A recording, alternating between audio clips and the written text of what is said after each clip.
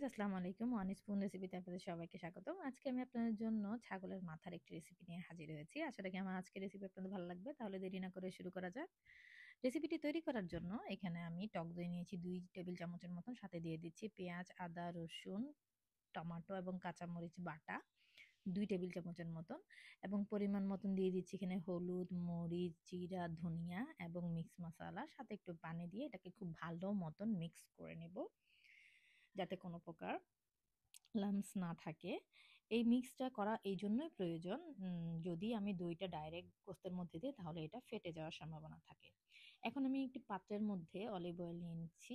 এখানে আপনারা যদি চান আপনারা যে কোনো প্রকার কুকিং অয়েল ব্যবহার করতে পারেন। সাথে আমি দিয়ে দিচ্ছি তেজপাতা, দালচিনি, এলাচ এবং লং, এবং 1 কাপ পেঁয়াজ কুচি। এটাকে ভালো মতন নেড়ে অপেক্ষা করব যাতে পেঁয়াজ কুচিটা লাল হয়ে আসে। এর মধ্যে আমি এখানে দিয়ে দিচ্ছি শাহি জিরা, একটা সুন্দর ঘ্রাণের জন্য। আপনারা যদি চান আপনারা সেটা স্কিপ করতে পারেন। ঠিক এই অবস্থায় এখন আমি ওই মিক্সটা দিয়ে দিচ্ছি। এই মিক্সটা দেওয়ার পর একটু পানি দিব, এবং একটু পানি দিয়ে অপেক্ষা করব যাতে তেলটা উঠে আসে এবং মশলাটা খুব ভালো মতন ভাজা হয়ে যায়। আমার রেসিপিগুলো যদি আপনাদের ভালো লেগে থাকে তাহলে অবশ্যই অবশ্যই লাইক, কমেন্ট এবং শেয়ার করবেন।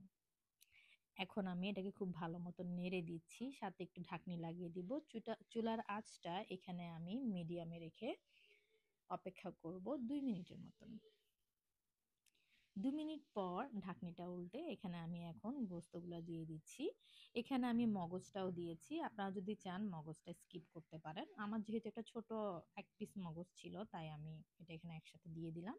ভালো করে এটাকে নেড়ে ঢাকনি লাগিয়ে দিব। দেখুন এখন পানিটা ছেড়ে দিয়েছে। ঠিক এই অবস্থায় আমি এখন টমাটো দিয়ে দিচ্ছি। টমেটো দেওয়ার পর এখানে আমি আধা কাপের মতন পানি দেব যাতে গোস্তটা সিদ্ধ হয়ে আসে। আমার রেসিপিগুলো যদি আপনাদের ভালো লেগে থাকে তাহলে অবশ্যই অবশ্যই লাইক, কমেন্ট এবং শেয়ার করতে ভুলবেন না। ঢাকনিটা উল্টে এটাকে খুব ভালো মতন নেড়ে এখানে আমি একটা মিক্স বাটা দিয়ে দিচ্ছি, যেখানে বেরেস্তা, এলাচি এবং পোস্তা দানা বাটা একসাথে করে আমি 1.5 চা চামচের মতন দিয়ে দিলাম। এটাকে এখন ভালো করে নেড়ে এখানে আমি 1 কাপের মতন পানি দিব। যেহেতু আমি এটাকে একটু কষা কষা করে রান্না করব সেজন্য পানির পরিমাণটা কম দিচ্ছি। আপনারা আপনাদের পছন্দ অনুযায়ী পানির পরিমাণটা দিতে পারেন।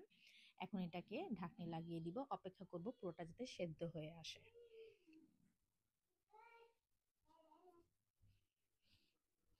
এখন এখানে আমি কাঁচামরিচ এবং ধনিয়া পাতা দিয়ে আরো 2 মিনিটের মতন রেখে দিব। ব্যাস, আমার রেসিপিটি তৈরি। আশা রাখি আমার রেসিপিটি আপনাদের ভালো লেগেছে। যদি ভালো লেগে থাকে তাহলে অবশ্যই অবশ্যই লাইক, কমেন্ট এবং শেয়ার করবেন, এবং সাবস্ক্রাইব করে আমার পাশে থাকবেন। আর আপনার আমার এই ভিডিও আমার এই রেসিপিটি যদি আপনারা রান্না করে থাকেন তাহলে অবশ্যই অবশ্যই ছবি তুলে আমার ফেসবুকে শেয়ার করবেন, আমার ভালো লাগবে। তাহলে আজকে এই পর্যন্তই। আল্লাহ হাফেজ।